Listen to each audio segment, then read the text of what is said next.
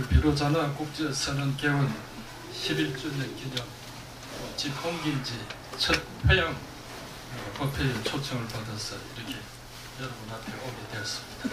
소개에도 말씀 올렸습니다만 저는 1971년 1월에 백년암을 출가해서 2017년 오늘까지 백년암에 살고 있는 사람입니다.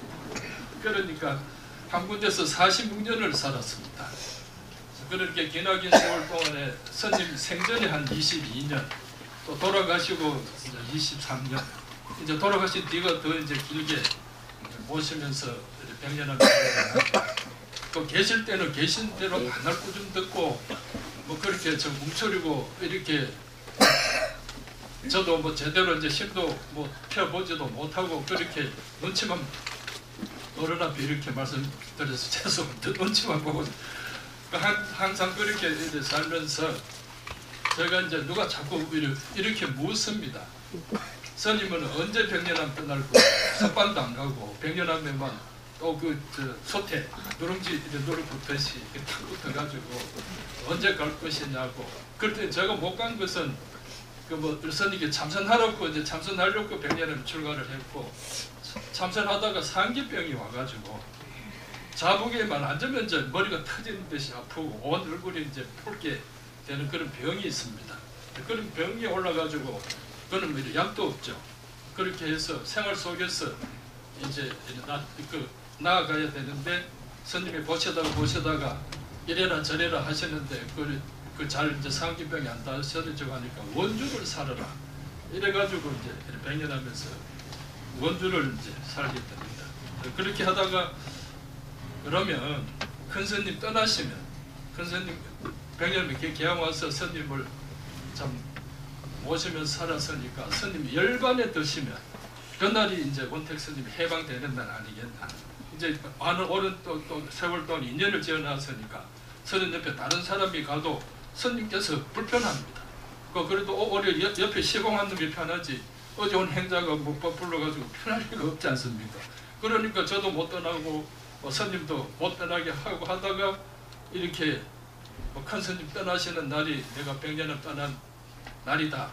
참 그런 줄 알고 세상을 살았는데 그것이 얼마나 어리석은 생각인지는 큰 스님 열반에 드신 날입니다. 열반에 드시고 나니까 스님 그날부터 모든 것이 이제 백년하면 모든 일들이 큰 스님의 일이고 바깥으로 가네. 그 어깨가 한 짐에 제 어깨에 다 줄 줄은 꿈에도 모르고 스님 떠나시면 나도 떠난 줄은 알았는 그런 참 어리석은 세월을 살았던 참 원택입니다. 그러니까 스님 모시고 백년하면 살아놓으니까 강원에 못 갔죠. 또 선방에 못 갔죠. 그렇게 저한테는 도반이 없습니다. 말하자면 친구가 없죠. 그래도 강원에 갔으면은 4년 동안에 한 몇백 명 되는 행사 가온 사람이 많지 않습니까?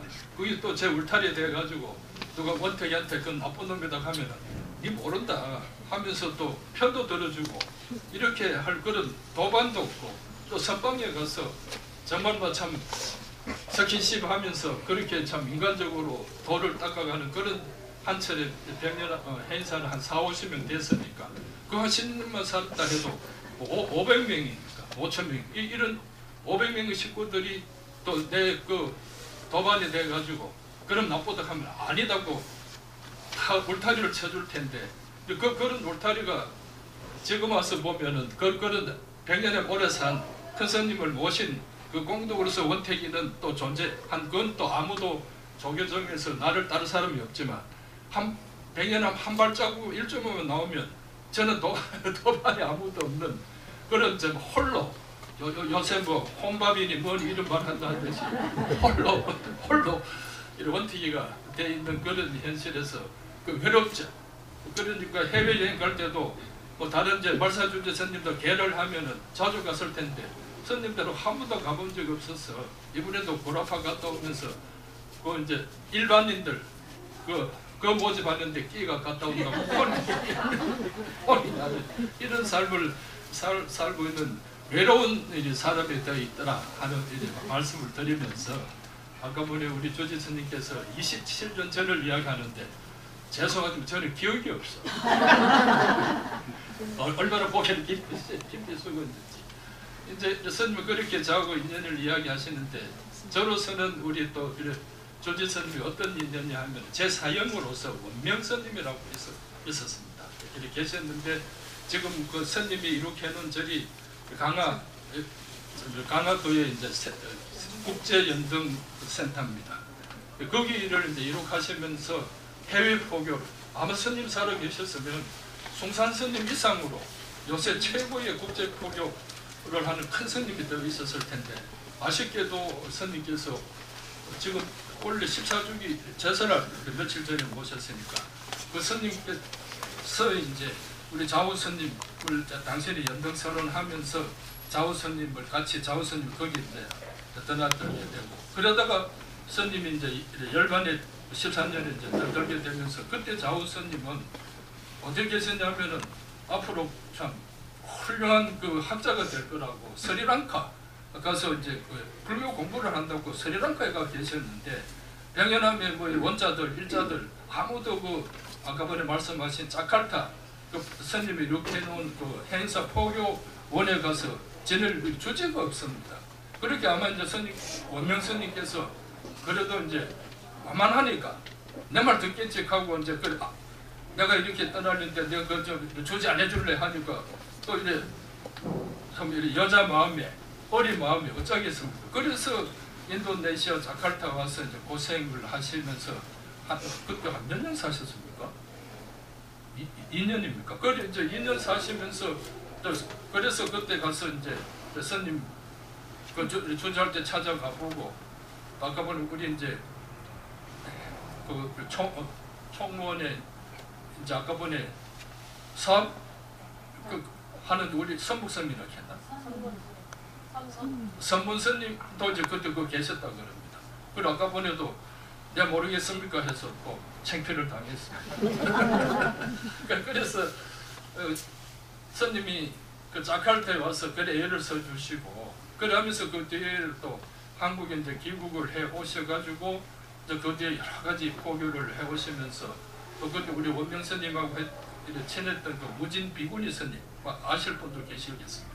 그걸 또 이제 비구니 스님 무진 스님하고 인연이 되고 해서 이렇게 이제 외국에 대한 포교 이런 국제 포교에 대한 이런 또 이제 눈을 열어 가시면서 아까 보니 우리 이제 포교국장 스님 노조 스님이 그렇게 얼마나 가겠노 했는데 오늘 이렇게 큰 장치를 보게 돼서 정말 다행이라는 그런 격려의 말씀을 주시고 또 10년 뒤를 기약하시고 이래서 저는 이제 10년 뒤에 덧붙일 것도 없고 저 앉아서 우리 부처님 저분이 비로자나 부처님이 지금 젊으시나 이래 늙으셨나 아이돌 같기도 하고 젊으신 같기도 하고 노숙한 같기도 하고 이래 저는 또 행사에 있기 때문에 행사에 이렇게 계시는 삼중부로 다 노티가 납니다.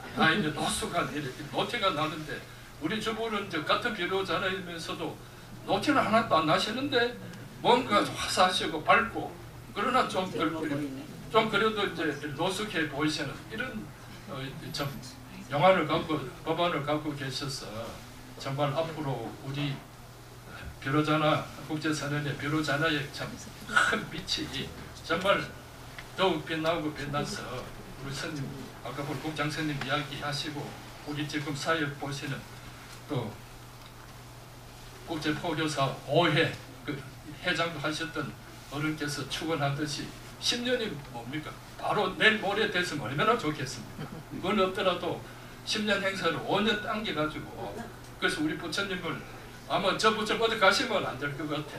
부처님 제대로 더 키워주지는 못하시지만은 자대를 지금보다 배로 팍 높여가지고 더 참 웅장한 그런 법당을 해서 우리 좌우 스님이 더욱 참 신도 여러분들과 더불어서 한국 불교를 위해서 국제 포교를 위해서 정말 열심히 노력해 주신다면 얼마나 참 큰 일이 경사겠나. 오늘 이렇게 다들 오셔서 우리 국장 스님부터 놀라워 하시니까 앞으로 또 아까 보니 10년 하셨는데 5년을 땡겨주세요.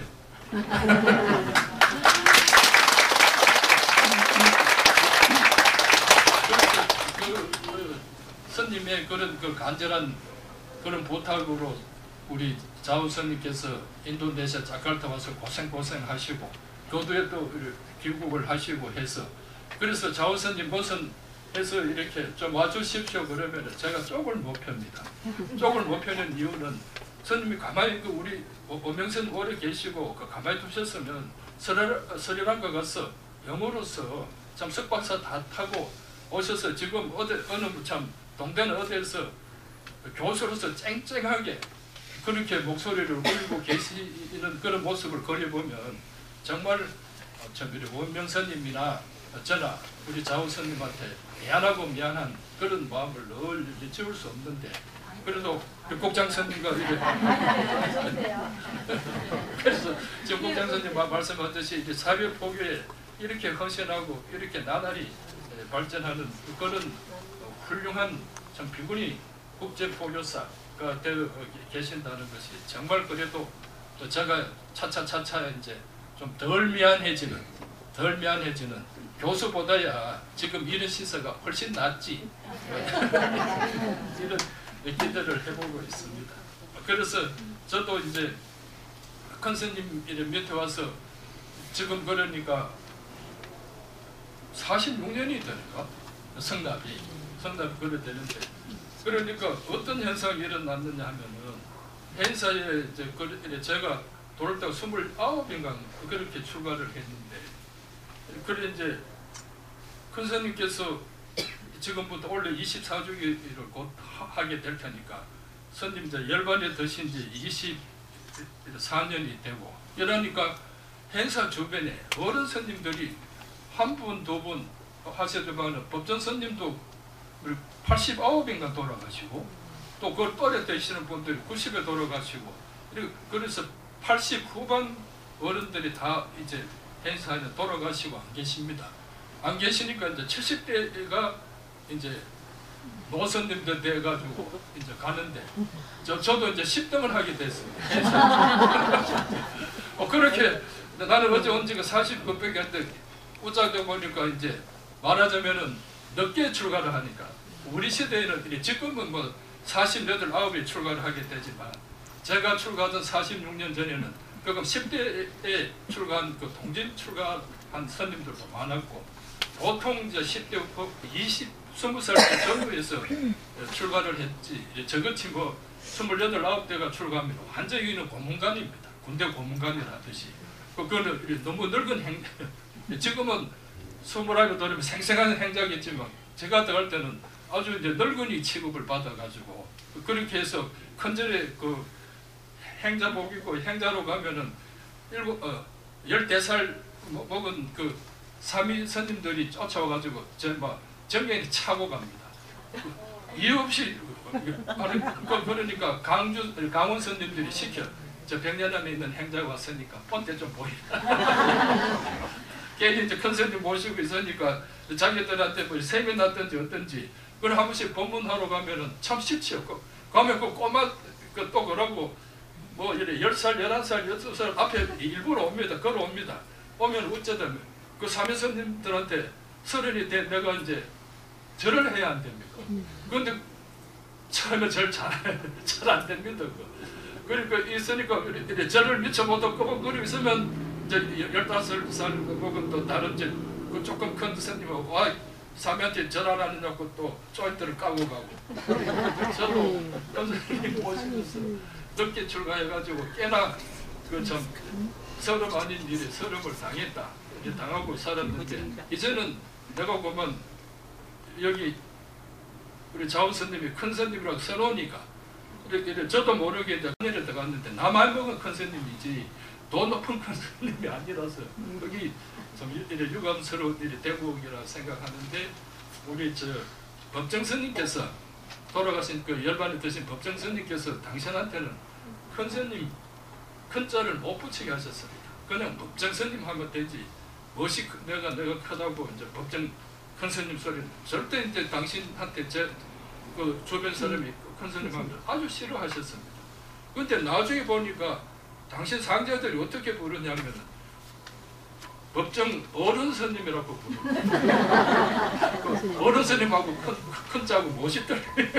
어른 자기 집안에서는 그러면 큰 어른 스님 이래 되면 되겠는데 그러니까 어떤 스님 농담한다고 그 상자들하고 이제 그렇게 했습니다만 저도 이제 많은 일이 세월이 지나면서 지금 어디 가도 그렇습니다. 저는 뭐 크다 작다를 떠나서 큰 스님을 모신 지 46년이 되는 세월 속에서 제가 지금 와서 느끼는 게 참 많습니다. 큰 스님 처음에 29살에 모셔가지고 스님께서 제 50살 때 돌아가셨습니다. 제 50살 때 이제 돌아가셨는데 반날 그 참 스님 모시고 산 22년은 참 저는 억울하죠. 반날 이제 꾸지람만 들으니까 잘한다 소리는 한 번도 없고 뭘 해도 뭐 꾸지람이고 뭘 해도 꾸지람이고 그래서 우리는 9시에 자지만 큰 스님께서는 10시에 주무시니까 그리고 이제 또 그러고 우리는 3시에 일어나지만 스님께서는 2시에 일어나시니까 우리보다 늦게 주무시고 또 일찍 일어나시는 생활을 하시는 속에서 참 제가 생각할 때는 좀 뭐 이렇게 저렇게 야단만 하지 마시고 좀 살살 좀 불러가 이래. 나도 이제 원남이 뭐 한 20년 돼가는데 어제 돌아 행자놈하고 똑같이 나무를 먹고 하니까 스님 저도 좀 존중해 주세요 하는 이까지 나오지만 또 그랬다가 무슨 벼락에 떨어질지 모르니까 그렇게 생활하면서 살았는데 저 스님 떠나신 지 20년이 지나고 이렇게 지금 가만히 생각하고 보면은 큰 스님께서 그때 이제 나무라셨던 그 관계를 생각하면은 제가 그렇습니다. 제가 밖에다가 들어오면 이 상간 놈들이 내 마음 맞는 게 하나도 없어.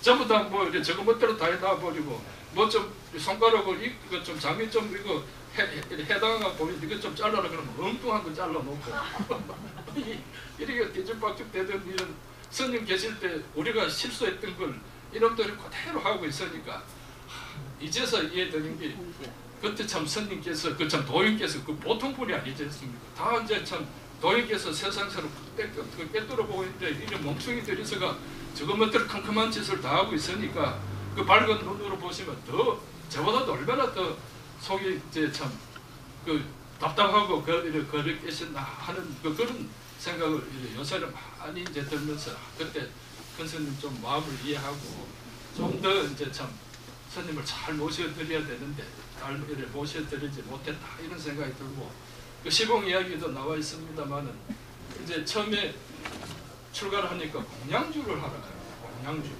공양주를 하라 하는데 그때 제가 이제 해가 바뀌어서 9배 했는데 난데없이 공양주 하라 그러니까 제가 그때 뭐 대구 도시에 사는 놈이 언제 뭐 조리를 한번 잡아봤습니까? 뭐 사람토로 그때 뭐 아들 같이 뭐 캠핑 가서 뭐 사람을 씻어 보지도 못한 놈이 갑자기 그렇게 하라 그러니까 됩니까?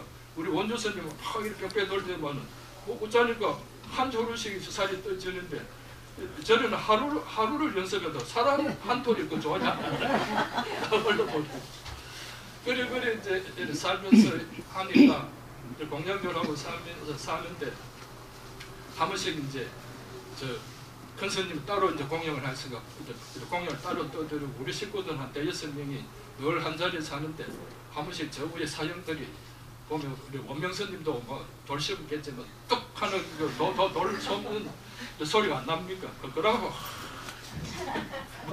말로 못하겠는데 미안한데 그리고 이제 몇 개월 지내서 한 번은 이제 백스님이 오셔가지고 점심시간에 지내서 공양을 올리라고 이제 그래서 노스님인데 그래서 뭐 공양을 올려드리고 한 10분도 안 돼서 그 노스님은 마을에 나와서 이제 뭐 고함을 치신다.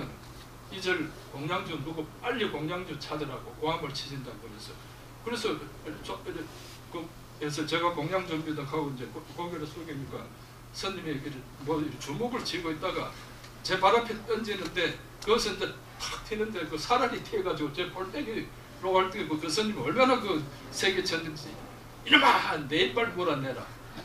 그러니까 노스님께서 돌을 씹으신 거죠.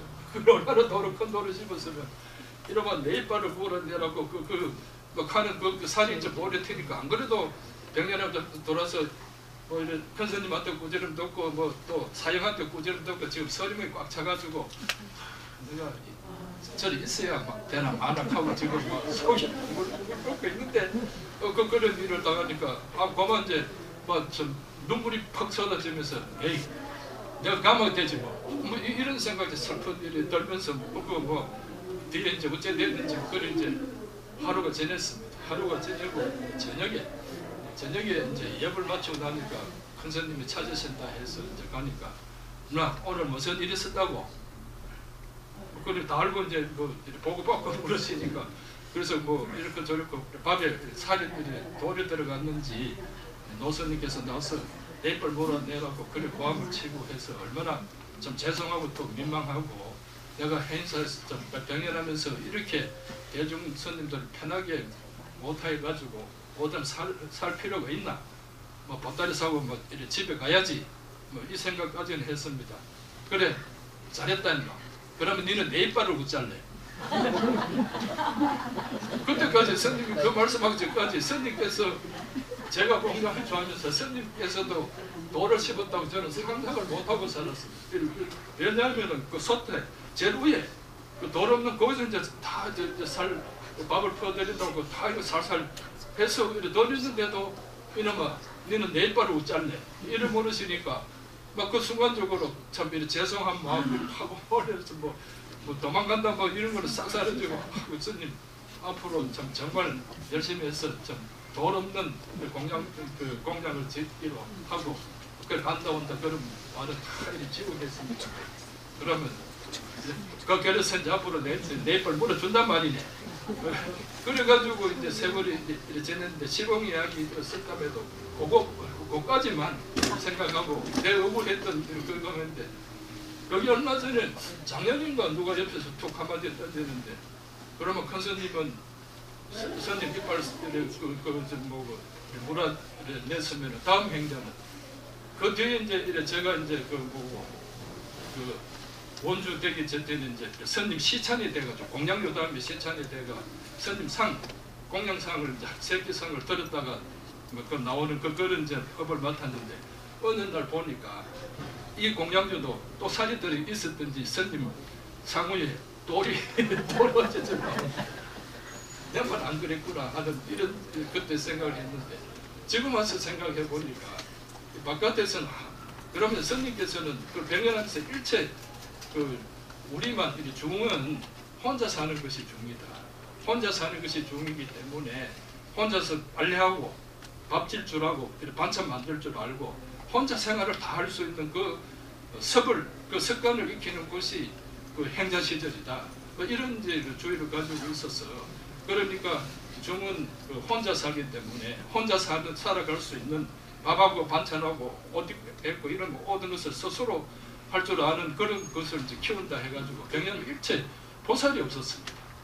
병연함도 큰 스님 떠나시고 난 뒤에 이제 지금 보살이 돌아서 이리저리 도와주죠. 큰 스님 계실 때는 우리끼리만 다 하고 있었으니까 그 스님께서도 평생토록 행자가 바뀔 때마다 우리 사형들 똑같이 이제 두둑하고 이제 돌을 씻고 이래 사셨구나 생각이 그때서 이제 제 마음에 통절하게 다가옵니다. 그런 평생 스님께서도 세상에서는 뭐 종정 사시고 뭐 방정 사시고 하니까 온갖 호의 호식을 다 하신 것처럼 되지만 병연한 생활을 그렇게 되기 때문에 만날 이제 행자 바뀔 때마다 죽밭, 선밭 뭐 이런 걸 당신도 평생을 그렇게 드시고 이래 지냈다 생각이 이제 문득 듭니다.